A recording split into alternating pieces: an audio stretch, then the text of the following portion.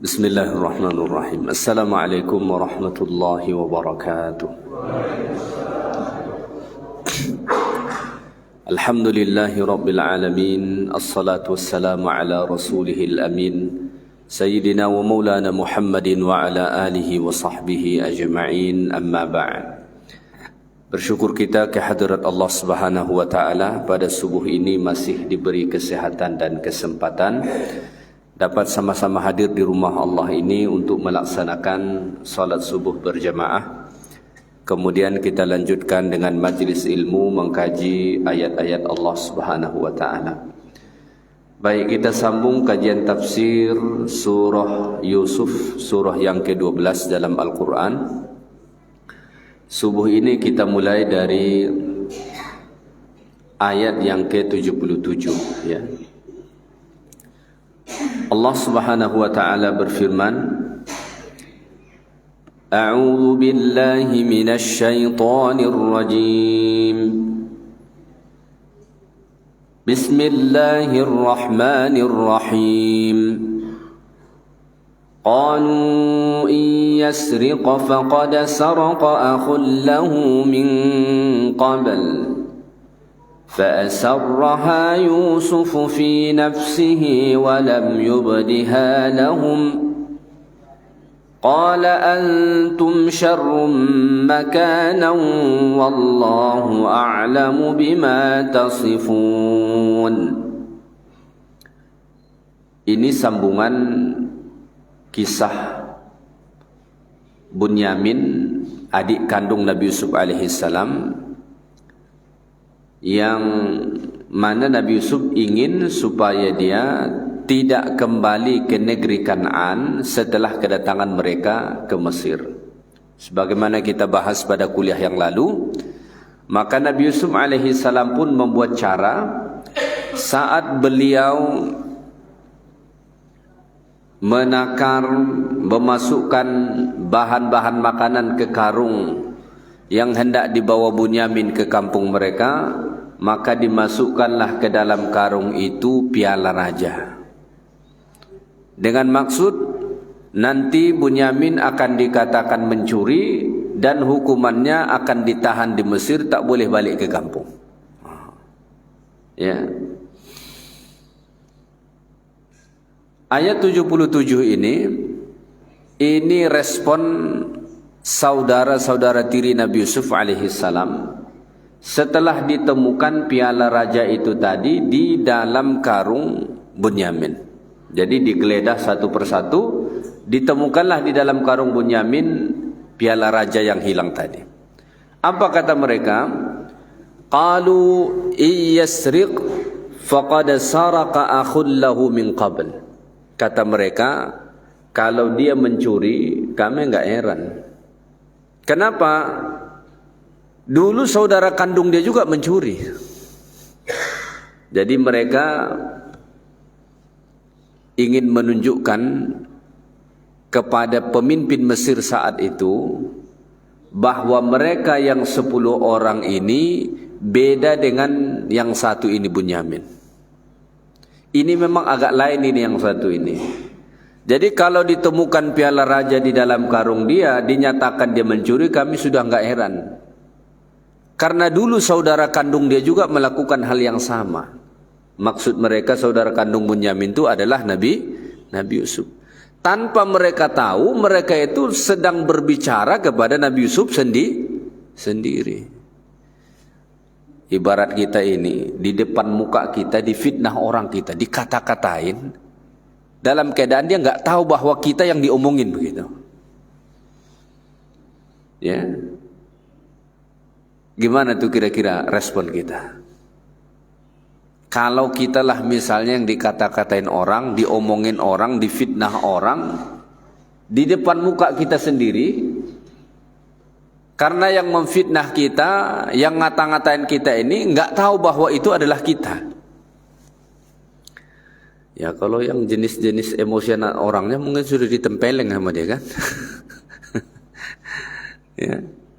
Di depan muka sendiri dituduh, Yusuf dituduh mencuri, dikatakan mencuri.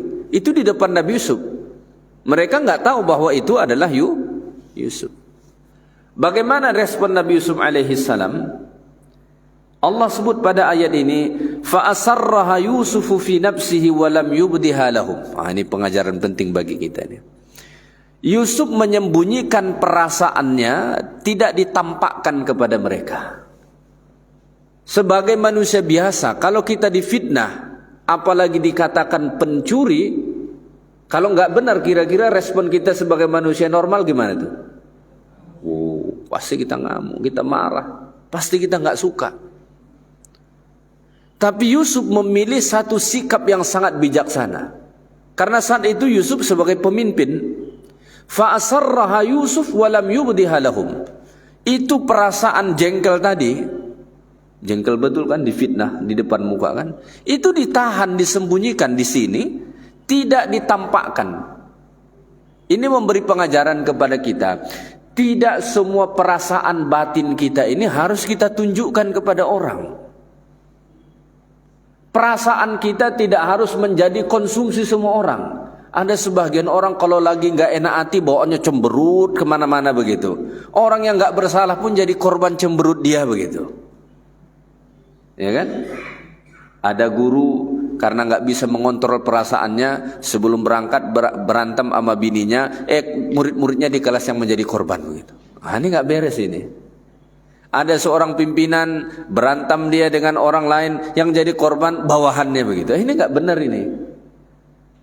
Jadi memang kita belajar dari Nabi Yusuf alaihi salam, ada kalanya kita harus bisa menyembunyikan perasaan kita. Ada masanya kita nggak berkenan dengan seseorang misalnya, tapi jangan tampakkan itu. Fa asarraha Yusufu fi nafsihi wa lam yubdiha lahum. Cukup simpan di sini, nggak harus kita tunjukkan kepada orang. Ya. Padahal kalau kita pikir ini wajar sekali kalau Yusuf marah di depan mereka. Tapi memang orang yang bijaksana itu dia menghindari marah di depan orang banyak. Karena orang yang suka marah-marah di depan orang banyak itu wibawanya turun. Walaupun dia seseorang yang bisa dia marah, bisa dia bentak orang, tapi setelah itu di mata orang ini orang yang rendah. Gitu, ya kan? Coba kalau ada misalnya bapak-bapak pemarah begitu. Mungkin aja di depan dia orang diam saat dia marah, tapi setelah dia pergi atau setelah orang meninggalkannya apa? Orang akan ngatain dia, nganggap dia sebagai orang yang rendahan. Tak tampak wibawanya. Jadi wibawa seseorang itu tidak akan tampak dengan marahnya. Justru saat dia mampu mengendalikan marahnya. Makanya Nabi itu mengatakan, orang yang kuat itu bukanlah orang yang bisa memukul musuhnya sampai jatuh.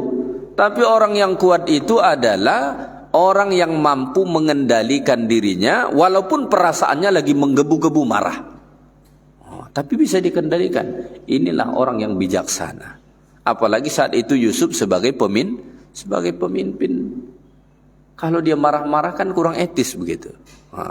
Makanya pemimpin yang suka marah-marah itu cenderung tidak disenangi oleh rakyatnya. Walaupun mungkin yang dia marahin itu benar begitu. Tapi kan ada pendekatan yang lebih bijaksana. Nah, jadi ini memberi pengajaran kepada kita. Walaupun perasaan kita nggak enak, tidak selalu harus ditampakkan. Ya, saya ketemu beberapa orang yang memang sangat rapi menyembunyikan perasaannya.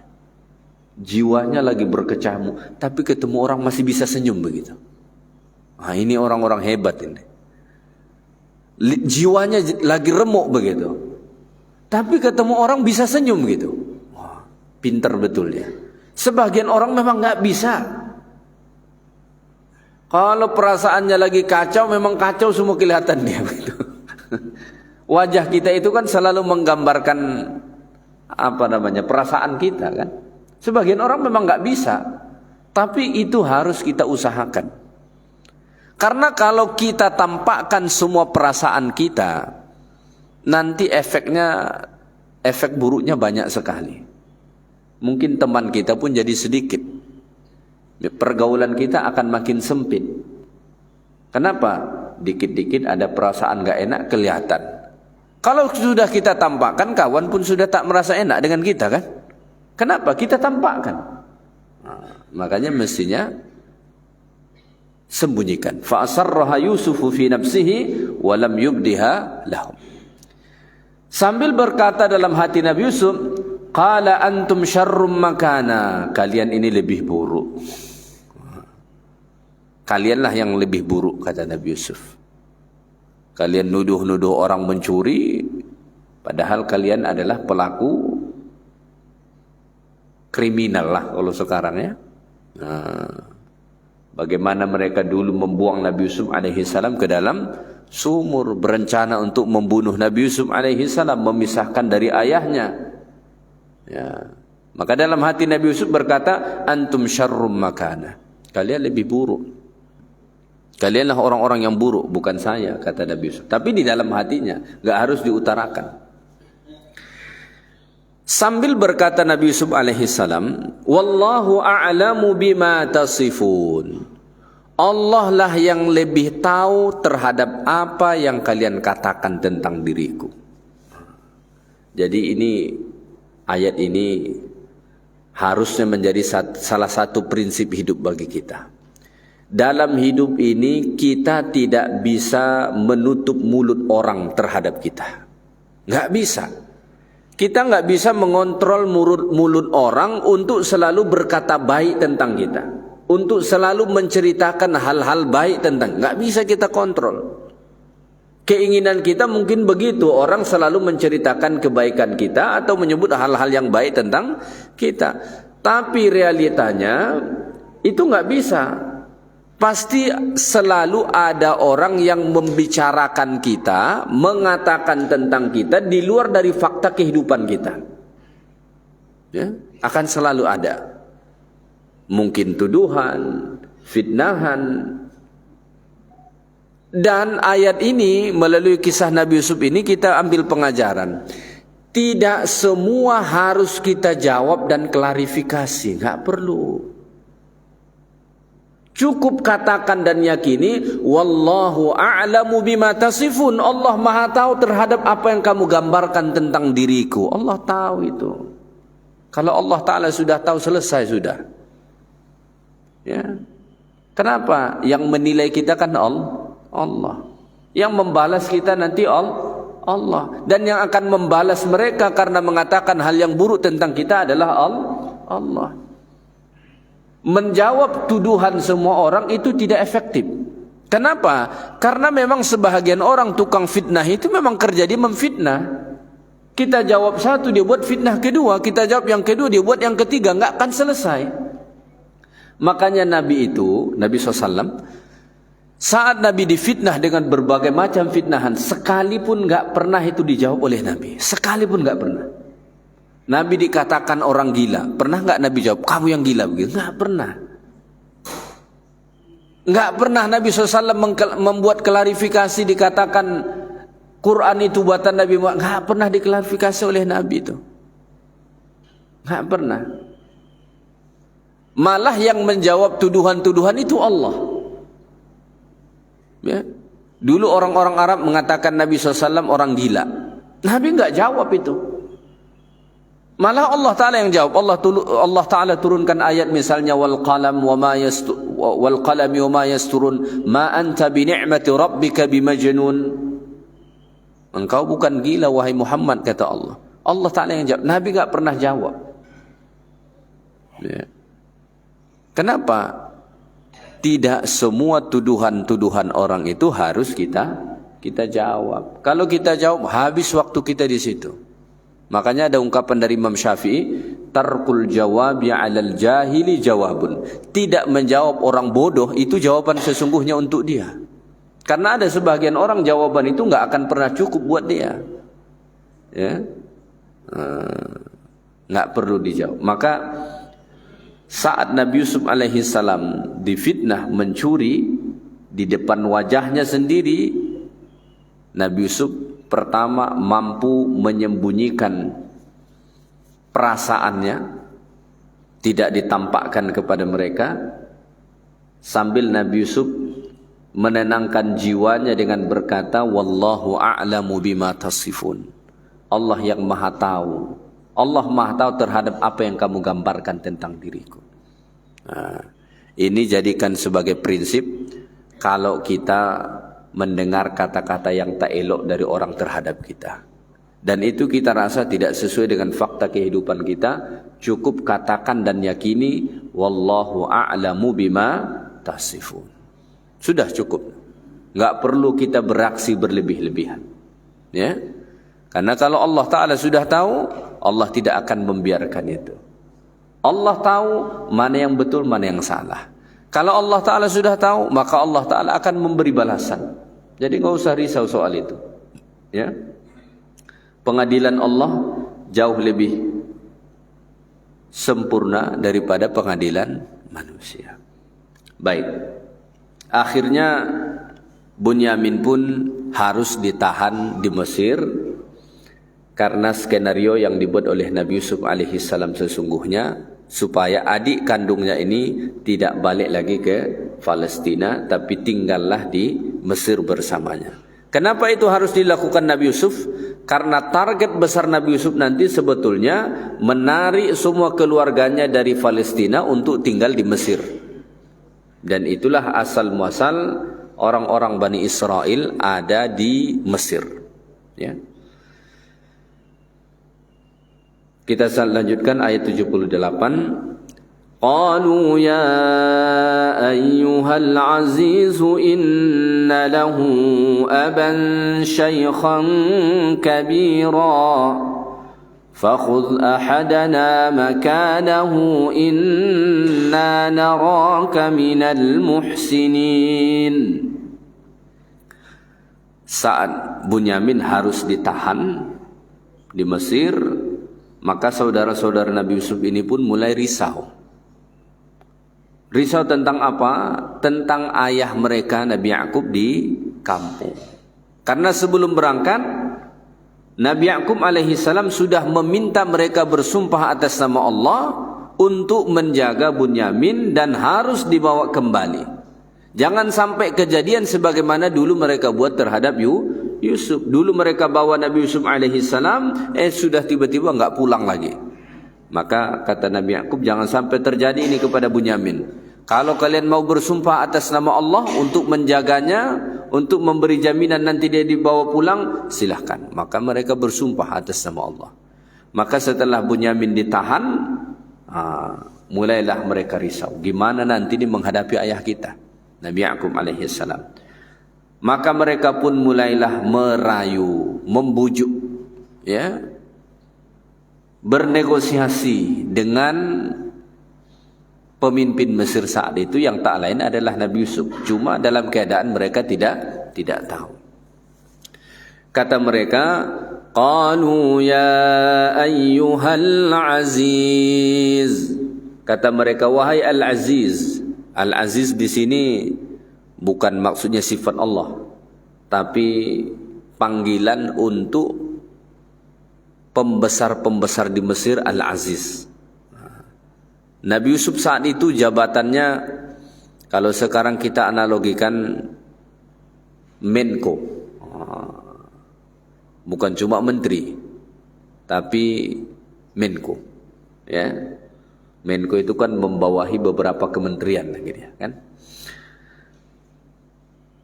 Ya ayyuhal aziz, wahai al-aziz, wahai menteri, wahai pemimpin, inna lahu aban syaikhan kabira.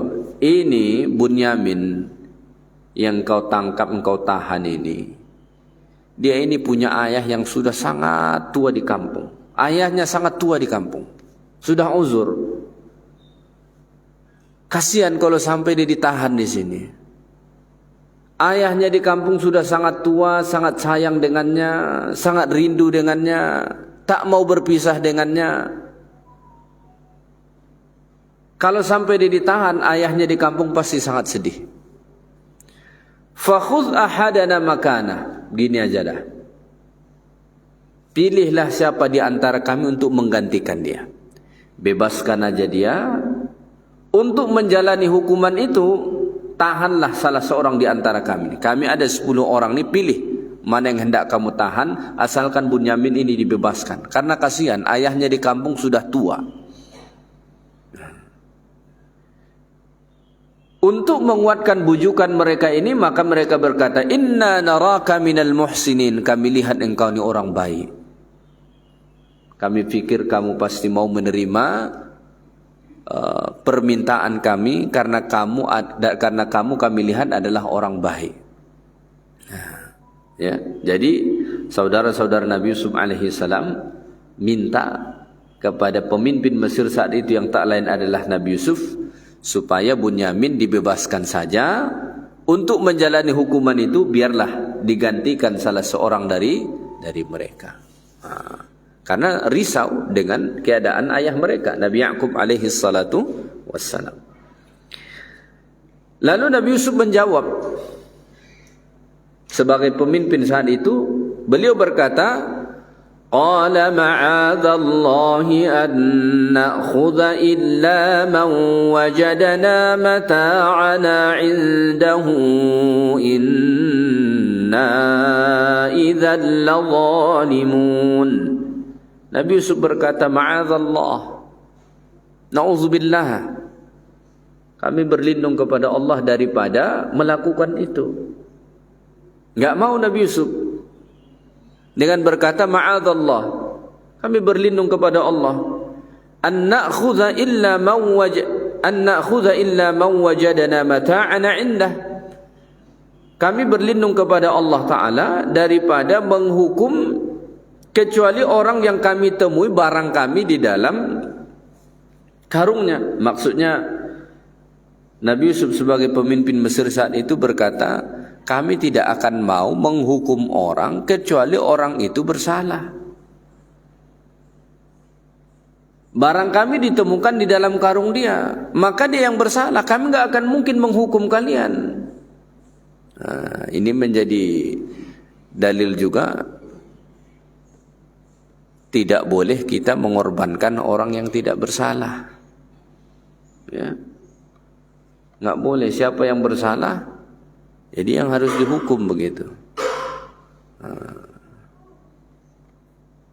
Kadang-kadang yang tak bersalah sesungguhnya yang menjadi korban, karena memang dia tak punya kekuatan apa-apa. Ya. Sedangkan yang besar-besar di atasnya tak tersentuh, yang jadi korban yang pion-pion di bawah itu. Ya kan? Seperti kasus pagar laut yang di mana tuh, Tangerang itu ya. Siapa yang jadi tersangka? Kadesnya. Susah diterima saraf otak kita itu. Ya, si kades mungkin ikut serta andil di situ melakukan kesalahan, seperti mungkin tanda tangan, pemberian izin dan lain sebagainya begitu. Tapi kan otak kita tuh pasti mengatakan ada pelaku yang lebih besar di atasnya. Yang terbaru saya lihat beritanya, si kades sanggup ganti rugi 48 miliar. Logika kita bertanya lagi, di mana seorang kepala desa bisa punya duit 48 miliar? Ya kan? Dari mana seorang kepala desa bisa punya duit mengganti rugi 48 miliar? Ini kan sudah kebaca sama otak kita bahwa dia ini hanya pion yang dikendalikan oleh orang di atasnya.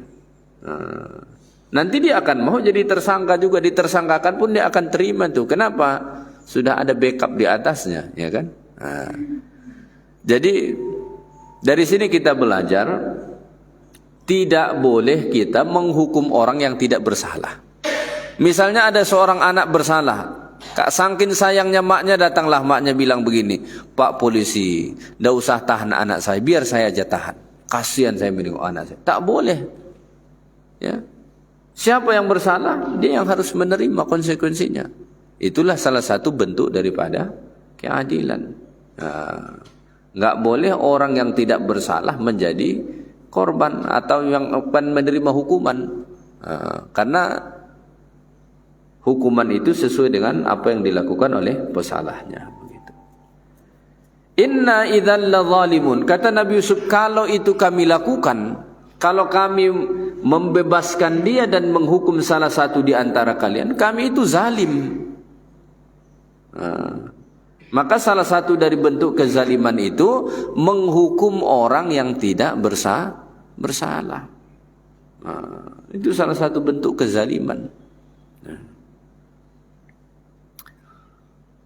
Intinya Nabi Yusuf tidak menerima permintaan mereka.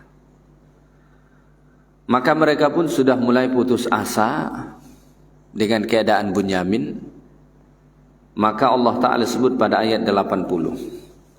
فَلَمَّا اسْتَيْأَسُوا مِنْهُ خَلَصُوا نَجِيًّا قَالَ كَبِيرُهُمْ أَلَمْ تَعْلَمُوا أَنَّ أَبَاكُمْ قَدْ أَخَذَ عَلَيْكُمْ مَوْثِقًا مِنَ اللَّهِ وَمِنْ قَبْلُ مَا فَرَّطْتُمْ فِي يُوسُفَ فلن أبرح الأرض حتى يأذن لي أبي أو يحكم الله لي وهو خير الحاكمين فلما استيئسوا منه خلصوا نجيا.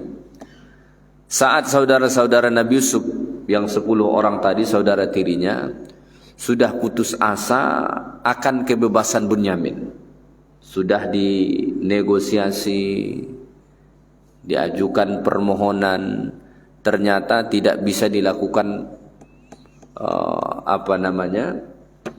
penangguhan penahanan. Nggak bisa, pokoknya harus ditahan, nggak bisa digantikan. Akhirnya mereka sudah putus asa, sudah nggak bisa nih, karena ditolak. Maka mereka pun bermusyawarah, yang 10 orang ini pun bermusyawarah. Qala kabiruhum, maka saat itu anak pertama Nabi Yakub yang paling tua, yang paling sulung, berkata kepada adik-adiknya, Alam ta'lamu anna abakum qad akhadha 'alaikum mawsiqan min Allah. Bukankah kalian sudah tahu bahwa ayah kita sudah mengambil janji dengan sumpah, dengan bersumpah atas nama Allah sebelum ini untuk memulangkan Bunyamin. Kalian kan sudah tahu, sebelum kita datang ke Mesir ini, kita sudah bersumpah atas nama Allah di depan ayah kita Nabi Yakub harus membawa Bunyamin pulang. Ini Bunyamin ditahan. Ya, diingatkan kembali adik-adiknya. Di sini Allah Ta'ala sebut secara khusus qala kabiruhum, berkata anak Nabi Yakub yang paling tua, abang sulung mereka. Ini menunjukkan bahwasanya anak pertama itu memang spesial. Dia adalah pengganti kepada ayahnya. Anak sulung itu harus menjadi anak yang paling bijaksana, menjadi contoh kepada adik-adiknya. Jangan sampai terbalik itu. Ada sebahagian anak pertama macam dia pula anak terakhir. Adik-adiknya pula yang mengurus dia, yang nasihatin dia. Nah, itu kebalik itu. Anak pertama itu memang harus punya tanggung jawab yang lebih besar. Maka seandainya ayahnya meninggal, yang harus tegak berdiri itu menjadi pemimpin keluarga, menjaga keluarganya anak pertama itu. Makanya ini memberi pengajaran juga bagi kita. Anak pertama tuh jangan terlalu dimanja-manja. Banyak kesalahan kita dalam mendidik anak, karena ini anak pertama terlalu dimanja-manja. Akhirnya sampai besar menye-menye. Iya. Gak ada tanggung jawabnya. Gak bisa. Boro-boro menjadi contoh ke adik-adiknya. Ya. Nggak bisa sama sekali. Kenapa? Kesilapan kita kadang-kadang di pola pendidikannya. Karena ini anak pertama, terlalu disayang, terlalu dimanja, akhirnya dia nggak bisa menjadi seseorang yang tumbuh mandiri, dewasa dan bijaksana. Ya. Padahal mestinya anak pertama itu dididik harus bijaksana, harus mandiri. Karena dialah yang akan menggantikan kita dalam keluarga seandainya umur kita pendek. Anak pertama itu. Ya. Makanya di sini Allah Ta'ala sebut secara khusus qala kabiruhum. Berkata anak tertua Nabi Ya'qub. Ya. Maka dia mengatakan kepada adik-adiknya, ini menunjukkan bahwa dia sangat bertanggung jawab. Ya. Apa dia bilang? Falan abrahal arda hatta ya'zana li abi aw yahkum Allahu li. Aku tidak akan meninggalkan bumi Mesir ini sehingga ayahku mengizinkanku pulang ke sana atau Allah memberi keputusan yang lain. Jadi dia mengambil sikap tanggung jawab sebagai abang tertua. Saya tidak akan pulang dari Mesir ini sehingga ayah dari kampung izinkan. Karena bentuk tanggung jawab dia terhadap perjanjian dengan ayahnya. Atau Allah Ta'ala menetapkan takdir yang lain. Kita nggak pernah tahu. Mana tahu ada takdir Allah Ta'ala yang lain begitu. Ini bentuk tanggung jawab dia. Makanya anak pertama itu memang harus punya rasa tanggung jawab yang lebih besar ketimbang adik-adiknya. Ini ditunjukkan oleh anak Nabi Ya'qub alaihi salatu wassalam. Ya. Wa huwa khairul hakimin, dan Allah Ta'ala lah sebaik-baik hakim, sebaik-baik pengadil. Ya. Maka anak sulung Nabi Ya'qub alaihi salam ini tak mau pulang dari Mesir. Dia ingin membersamai Bunyamin yang ditahan di Mesir. Ya. Karena takut pulang ke kampung, ya, sedangkan mereka sudah membuat perjanjian dengan ayah mereka. Maka Allah Ta'ala berfirman pada ayat 81, irji'u ila abikum faqulu ya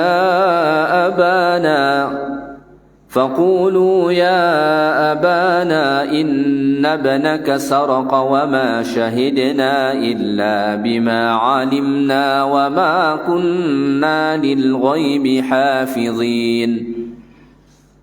Irji'u ila abikum. Maka dia pun berkatalah kepada adik-adiknya, pulanglah ke kampung, temui ayah. Berarti tinggal 9 orang lagi. Ya. Yusuf di Mesir sebagai pemimpin. Bunyamin udah ditahan. Yusuf dan Bunyamin ini sudah tahu nih mereka bersaudara karena sudah dikasih tahu sama Yusuf. Ya, saya saudaramu, kata Nabi Yusuf. Udah tahu nih. Yang belum tahu abang sulung ini. Ini belum tahu dia nih bahwa Bunyamin itu yang nahan adalah Yusuf, saudaranya sendiri. Dia belum tahu nih. Maka dia berkata kepada adik-adiknya, tinggal 9 orang lagi, irji'u ila abikum. Pulanglah kalian ke negeri Kan'an. Palestina itu nama dulunya sekali itu negeri Kan'an. Bukan cuma Palestina toh, bahkan meliputi beberapa negara. Zaman dulu sekali itu namanya Kan'an. Pulanglah temui ayah kita ke negeri Kan'an, ke Palestina sana. Ya, pergilah ke sana, pulang. Nanti setelah sampai ke sana, sampaikan kepada ayah. Faqulu ya abana, katakan nanti kepada ayah, wahai ayah kami, inna ibnaka saraqa, sesungguhnya anakmu Bunyamin sudah mencuri di Mesir. Wa ma syahidna, dan sebenarnya kami pun tak saksikan dia mencuri, illa bima alimna, kecuali kami mengetahui dibuka barang bawaannya, ternyata di dalam memang barang yang hilang. Ditemui di dalam barang dia. Kami tidak saksikan dia mencuri saat itu, tapi barang bukti ditemukan. Karena di dalam karungnya ditemukan barang yang hilang tadi. Ya, makanya ini juga pengajaran bagi kita, hati-hati bawa barang. Ya. Kadang-kadang dimasukkan orang barang terlarang ke situ. Ya. Makanya kalau di bandara ada orang mau nitip-nitip barang tuh, yang paling aman tuh nggak usah diterima. Minta tolong, ini berlebih sedikit barang saya. Kita kan satu tujuan, tolonglah bawa katanya. Hati-hati, jangan-jangan isinya barang terlarang. Nanti ditemukan dalam tas kita yang ditahan. Maka langkah berhati-hatinya itu lebih baik minta maaf, tolak saja. Ya. Kami enggak menyaksikan saat dia mencuri, wahai ayah kami, tapi barang itu memang ditemukan dalam karung dia, kata mereka. Wa ma kunna lil ghaibi hafizin, dan kami tidak dapat menjaga terhadap hal-hal yang gaib, kata mereka. Ya, jadi mereka nyatakan bahwa Bunyamin sudah mencuri, walaupun mereka tidak saksikan saat mencuri, tapi barang bukti ditemukan di dalam karungnya. Untuk menguatkan argumentasi ini, mereka juga bilang ke ayah mereka, was'alil qaryata allati kunna fiha wal 'ira allati aqbalna fiha wa inna lasadiqun. Kalau ayah masih enggak percaya dengan apa yang kami nyatakan ini, was'alil qaryata allati kunna fiha, tanya aja penduduk-penduduk Mesir itu, mereka tahu kok. Silahkan ayah tanyakan penduduk-penduduk Mesir, mereka tahu bahwa memang Bunyamin sudah mencuri. Wal 'ira allati aqbalna fiha, atau tanya kafilah-kafilah yang juga bersama kami ke Mesir. Rombongan-rombongan kafilah juga pada tahu bahwa Bunyamin sudah mencuri. Wa inna la sadiqun, sesungguhnya kami ini benar. Jadi ditekankan betul oleh saudara-saudara tiri Nabi Yusuf ini bahwa informasi yang mereka sampaikan ini benar. Kenapa harus ditekan betul? Wa inna la sadiqun, karena sebelumnya mereka bohong. Orang kalau sudah pernah bohong, susah orang percaya. Susah orang untuk percaya. Walaupun dia sudah bersumpah-sumpah, tetap aja orang itu susah percaya. Kenapa? Pengalaman sebelumnya dia bohong. Makanya di sini mereka sampai sebut wa inna la sadiqun. Ini kalau dari sisi bahasa, mereka membuat penekanan yang sangat kuat kepada ayah mereka bahwa mereka, apa yang mereka nyatakan itu benar. Kenapa sampai begitu? Karena sebelumnya mereka berbohong. Pembohong itu tahu bahwa orang udah nggak begitu percaya sama dia. Makanya kadang-kadang sikit-sikit dia bersumpah begitu. Maksudnya apa tuh? Supaya orang percaya. Ya. Apakah Nabi Yakub percaya menerima apa yang mereka katakan? Enggak. Ya, maka Nabi Yakub berkata, qala bal sawwalat lakum anfusukum amran fasabrun jamil asallahu an ya'tiyani bihim jami'a innahu huwal alimul hakim. Qala lahum abuhum, berkata ayah mereka terhadap anak-anaknya, pada saudara-saudara tiri Nabi Yusuf ini, laisal amru kama dzakartum min kaunihi sariqa. Kata Nabi Yakub, saya tidak percaya Bunyamin seperti yang kamu katakan mencuri. Ya. Bal zayyanat lakum anfusukum an tamkuru bihi kama makartum bi akhi Yusuf min qabl. Tapi sesungguhnya nafsu kalian sudah menghiasi kalian sehingga kalian berbuat makar terhadap Bunyamin sebagaimana kalian berbuat makar dulu kepada Yusuf. Jadi Nabi Yakub enggak percaya apa yang disampaikan oleh anak-anaknya. Ya. Kenapa? Ya, karena pengalaman tadi. Maka jangan salahkan kalau orang tak percaya dengan kita seandainya sebelumnya kita berbohong dengan dia. Ada suami pembohong dengan bininya, bohong aja kerjanya, sampai bininya hilang kepercayaan dengan suaminya. Jangan salahkan istrimu yang sudah tak percaya denganmu, tapi salahkanlah sikapmu sebelumnya yang selalu berbohong dengan dia. Setiap ditanya, "Pak kemana?" "Mancing," katanya. "Pak kemana?" "Mancing." Nggak pernah bawa ikan ke rumah. Tentu istrinya bertanya, "Ini mancing apa mancing keributan ini?" Ya, tiap minggu pergi mancing, pergi pagi pulang sore. Alasannya apa? Mancing. Seekor ikan pun tak pernah pulang ke rumah. Sekali dua kali bininya masih coba untuk memaklumi. Tapi setelah berulang-ulang kali, ini tak betul ini. Hilang kepercayaan dia. Setelah itu, bapak ngomong benar pun enggak percaya dia lagi. Kenapa? Keseringan bohong. Maka jangan salahkan orang yang tak percaya denganmu, tapi salahkan dirimu karena selalu berbohong sebelumnya. Nabi Yakub udah enggak percaya nih sama anak-anaknya. Padahal sebetulnya apa yang mereka nyatakan benar. Tapi Nabi Yakub enggak percaya sama mereka gara-gara perbuatan mereka sebelumnya. Karena bohong yang mereka lakukan dulu. Ya, saat mereka membuang Nabi Yusuf alaihi salatu wassalam, begitu. Lalu bagaimana respon Nabi Yakub? Nabi Yakub mengatakan fasabarun jamil. Kesabaran yang indahlah bagiku. Ini juga contoh yang luar biasa. Nabi Yakub tidak memilih marah-marah kepada anaknya. Ya. Padahal kalau dia ingin marah boleh saja, bisa saja ayah kepada anak. Tapi Nabi Yakub alaihissalam memilih untuk bersabar dengan kesabaran yang indah. Fasabarun jamil. Kesabaran yang indah. Kenapa?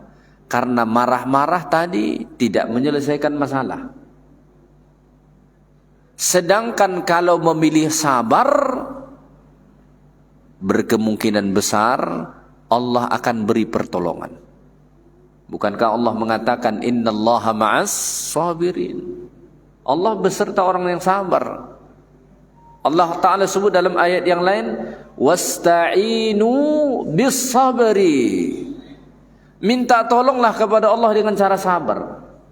Jadi kalau kita menghadapi musibah, cukup dengan sabar saja, itu sudah bagian dari minta tolong. Bahkan cara minta tolong yang paling mulia. Cukup sabar. Enggak harus kita berdoa, ya Allah tolonglah, ya Allah tolonglah. Tapi dia enggak sabar, itu enggak ada hasilnya. Tanpa dia harus berkata, ya Allah tolonglah, cuma dia sabar terhadap takdir itu sudah bagian utama dari meminta pertolongan kepada Allah. Maka Allah mengatakan, wasta'inu bis sabar. Minta tolong kepada Allah dengan cara sabar. Sabar itu terhadap musibah yang menimpa kita, itu sudah bagian dari minta tolong. Tanpa harus kita minta tolong dengan bahasa yang lain lagi. Maka Nabi Yakub memilih untuk sabar. Karena ini musibah. Kesabarannya pula dikatakan sabarun jamil. Kesabaran yang sangat indah. Kesabaran yang sangat indah itu bagaimana? La syakwa fihi illa ilallah. Dia tak mengadu kecuali kepada Allah. Ada orang sabar, katanya sih sabar, tapi cerita kepada semua orang. Ketemu dengan fulan cerita, ketemu dengan fulan cerita, ketemu dengan fulan cerita. Tapi dia mengatakan, saya sabar, tapi semua orang tahu. Itu belum masuk kategori sabarun jamil. Sabarun jamil itu, dia menahan duka, kesedihan, kesakitan, keperihan, beban berat itu, dan cuma ngadu kepada Allah, enggak ngadu kepada siapapun. Ya. Makanya nanti Nabi Yakub itu bilang begini, innama ashku bathi wa huzni ilallah. Aku hanya mengadukan duka cita dan kesedihanku kepada Allah, enggak ngadu kepada siapapun. Ya. Karena memang ngadu kepada orang itu cenderung enggak ada manfaatnya. Makanya dikatakan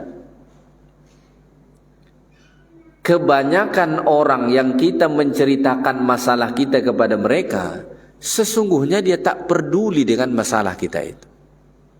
Ya di depan kita mungkin dia menunjukkan wajah yang simpati, tapi sesungguhnya dia enggak begitu peduli dengan apa yang kita hadapi. Maka bercerita kesedihan, musibah yang kita hadapi kepada manusia cenderung enggak menyelesaikan. Tapi kalau ngadu kepada Allah Ta'ala, insya Allah Allah akan selesaikan. Apalagi kalau cuma ngadunya kepada Allah. Karena itu menunjukkan bahwa kita benar-benar hanya mempertuhankan Allah Ta'ala. Dan Allah Ta'ala suka kalau kita begitu. Ya. Maka Nabi Yakub bersabar dengan kesabaran yang sangat indah. Tidak mengadu, bercerita kepada siapapun, kecuali kepada Allah. Maka kemudian Nabi Yakub berkata, Asallahu an ya'tiyani bihim jami'a. mudah-mudahan Allah Ta'ala datangkan mereka semua kepadaku kembali. Mudah-mudahan Allah datangkan kembali mereka semua ke pangkuanku. Siapa itu? Yusuf, anak sulungnya, dan Bunyamin. Artinya Nabi Yakub tidak putus asa. Padahal Yusuf ini sudah hilang berpuluh tahun loh. Dibuang saudara-saudaranya masih anak-anak, sekarang sudah menjadi pemimpin di Mesir. Maka ada riwayat mengatakan sudah 40 tahun berlalu. Tapi Nabi Yakub alaihi salam tidak pernah putus asa. Dalam dirinya selalu terpatri harapan, mudah-mudahan anak-anakku ini kembali ke pangkuanku. Dia yakin bahwa Yusuf yang sudah hilang berpuluh tahun itu belum meninggal dunia. Ini memberi pengajaran bagi kita, seberat apapun musibah yang kau hadapi, jangan kau putus asa. Enggak boleh. Ya. Bagaimanapun beratnya musibah yang kita hadapi, jangan putus asa. Justru putus asa kita itu yang membuat kita jauh dari Allah. Selagi mana kita masih menaruh harapan kepada Allah, itulah insya Allah yang akan Allah beri kepada kita. Ya. Ana inda dhanni abdi bi, kata Allah. Saya sesuai dengan sangkaan hambaku terhadapku. Kalau kita berprasangka baik kepada Allah, maka insya Allah yang Allah Ta'ala datangkan kebaikan. Maka Nabi Yakub alaihi salam tidak pernah putus asa dengan anak-anaknya, enggak putus asa. Masih berharap supaya Allah datangkan mereka kembali semula ke pangkuannya. Walaupun Yusuf sudah hilang berpuluh tahun, Bunyamin sudah dikatakan ditahan, anak sulungnya pula di Mesir. Kenapa Nabi Yakub itu tidak berputus asa? Kata beliau, innahu huwal alimul hakim. Jawabannya karena Nabi Yakub itu punya Tuhan. Orang kalau punya Tuhan enggak putus asa. Maka yang suka putus asa itu orang yang tak bertuhan. Ya, tengoklah orang-orang di negara-negara yang minim ketuhanannya. Itu orang di Korea banyak yang bunuh diri. Padahal mereka kaya, artis terkenal. Akhirnya apa? Bunuh diri. Kenapa mereka bunuh diri? Karena tak punya Tuhan. Ada masalah sedikit, solusi dia apa? Nggak ada solusi, putus asa. Akhirnya setelah putus asa bunuh diri. Orang yang bertuhan susah bagaimanapun dia nggak akan bunuh diri. Coba tengok di negeri kita. Indonesia ini salah satu negara termiskin di dunia. Ya, penduduknya banyak yang miskin. Tapi angka bunuh diri sangat rendah. Ya, angka bunuh diri sangat rendah. Nggak banyak orang bunuh diri. Makan tak makan pun dia tetap dia nggak mau dia bunuh diri. Kenapa? Karena negara kita negara bertuhan. Pancasilanya pun sila pertama ketuhanan yang maha esa, bertuhan. Masih yakin dengan Allah Ta'ala. Ya. Innahu huwal alimul hakim. Sesungguhnya dia Allah maha mengetahui lagi maha bijaksana. Maka Nabi Yakub alaihi salam tidak berputus asa dengan kehilangan anak-anaknya, masih tetap menaruh harapan kepada Allah Subhanahu wa Ta'ala. Baik, selanjutnya kata Allah pada ayat 84, wa tawalla anhum wa qala ya asafa ala yusuf wa bayaddat 'aynahu minal huzni fa huwa kadhim. Wa tawalla anhum. Setelah Nabi Yakub alaihi salam mengingkari apa yang dikatakan oleh anak-anaknya dan menyatakan bahwa dirinya sabar, kemudian Nabi Yakub juga menyatakan bahwa beliau masih terus berharap kepada Allah Ta'ala, maka watawalla anhum, Nabi Yakub pun meninggalkan anak-anaknya, berpaling sambil berkata, ya asafa ala Yusuf, alangkah sedihnya terhadap Yusuf. Ya, padahal yang barusan ditahan Bunyamin. Tapi kata-kata Nabi Yakub, ya asafa ala Yusuf, sedih betul terhadap Yusuf. Wa biyaddat aynah, saat itu juga mata Nabi Yakub jadi putih semua. Mata kita ini kalau putih semua tandanya apa tuh? Buta. Yang melihat ini yang hitam, makanya yang gerak-gerak tuh yang hitam. Ya. Kalau yang putih ini tuh enggak melihat, yang melihat itu yang hitam. Wa biyaddat aynah, jadi putih semua mata Nabi Yakub, buta. Minal huzn, karena terlalu sedih. Makanya enggak boleh kita berlebih-lebih sedih. Bisa berefek buruk ke kita. Saking sedihnya itu Nabi Yakub sampai-sampai putih semua matanya, buta, enggak bisa melihat. Makanya Allah itu melarang la tahzan. Jangan kau bersedih. Kenapa? Kesedihan tidak membawakan apa-apa kebaikan. Malah kesedihan itu membawa keburukan. Kalau kita sedih, bekerja pun tidak produktif. Jangankan bekerja, makan pun tak enak kan? Kalau sudah sedih. Makanya Allah itu melarang, jangan bersedih, jangan terlalu bersedih. Bukan berarti enggak boleh sedih sama sekali. Boleh, tapi jangan terlalu. Dibatasin begitu. Karena kalau sampai berlebihan kita bersedih itu, efek buruknya ke kita. Ya. Bisa sakit-sakitan, bisa macam-macam, bahkan sampai buta sebagaimana yang dialami oleh Nabi Yakub alaihi salatu wassalam. Cobalah tengok orang yang terlalu bersedih. Itu bawaannya pengen mati aja kelihatannya itu. Ya. Yang tak ada penyakit pun kalau udah terlalu sedih tiba-tiba muncul penyakit tuh. Kenapa? Terlalu sedih. Jiwanya lagi down betul. Makanya kata orang salah satu penyebab utama kita ini sakit kan bukan yang fisik ini, tapi kejiwaan kita. Ya.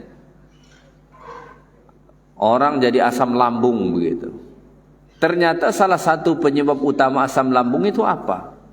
Bukan makan yang asam, bukan makan pedas, tapi pikiran yang lagi stres. Makanya kalau orang lagi stres itu bawaannya asam lambungan begitu. Itu artinya pikiran kita, kejiwaan, kondisi kejiwaan kita itu berefek langsung terhadap fisik kita. Itu nyata. Ini dia sampai buta Nabi Yakub alaihissalam gara-gara itu. Maka pengajaran bagi kita, kalau ada musibah, wajar tidak kita bersedih? Wajar. Tapi kontrol. Jangan sampai berlebih-lebihan. Ya. Makanya ada ungkapan orang mengatakan begini, hidup ini harus diteruskan. Sedih dia kehilangan pasangan misalnya. Tapi jangan gara-gara itu berlebih-lebihan sampai kita pun mau ikut-ikutan mati. Jangan, lanjutkan kehidupan ini selagi mana Allah beri kehidupan. Kontrolnya. Fahuwa kazim. Nabi Yakub saat itu benar-benar menahan kemarahannya. Ya, sebetulnya pengen marah tapi ditahan. Menahan marah ini salah satu ibadah yang sangat besar pahalanya. Bahkan salah satu yang menyebabkan orang masuk surga apa? Bisa mengendalikan marahnya. Ya, orang tua mana sih yang kira-kira nggak akan marah saat sebagian anak-anaknya mencederai anaknya yang lain? Kalau misalnya kita punya anak, katakan kita punya anak 5 orang. 3 anak pertama ini selalu menzalimi 2 anak terakhir. Sebagai orang tua mau nggak diam terhadap ini? Pasti kita nggak mau diam kan? Pasti kita pengen marahin anak yang 3 ini. Kenapa kok jahat betul kamu sama adikmu, kan begitu? Pasti kita bawaannya pengen marah. Tapi Nabi Yakub alaihissalam memilih kazim. Kazim itu menahan marah. Dan ternyata itu salah satu ibadah yang sangat besar. Allah sampai mengatakan dalam Quran, salah satu amalan orang bertakwa yang masuk surga adalah wal kaziminal ghaidh. Dia menahan marahnya. Kok menahan marah itu bisa menjadi ibadah utama memasukkan ke dalam surga? Karena kata para ulama, marah itu pintu gerbangnya dosa. Maka kalau kita marah, pintu gerbang dosa lagi terbuka. Makanya kalau orang marah, ucapannya udah nggak beres, tindakannya udah nggak beres, sikapnya udah nggak beres, pokoknya semua nggak beres. Dan yang nggak beres itu semua dosa, begitu. Orang kalau sudah marah begitu, maka menahan marah itu sama dengan menutup rapat pintu gerbang dosa. Dan kalau kita menutup rapat pintu gerbang dosa terhadap diri kita, itu adalah ibadah. Ya, baik, itu saja kajian kita pada pagi ini. InsyaAllah ta'ala kita sambung pula ayat-ayat berikutnya pada kuliah yang akan datang. Subhanakallahumma bihamdik, asyhadu an la ilaha illa anta, astaghfiruka wa atubu ilaik. Assalamualaikum warahmatullahi wabarakatuh.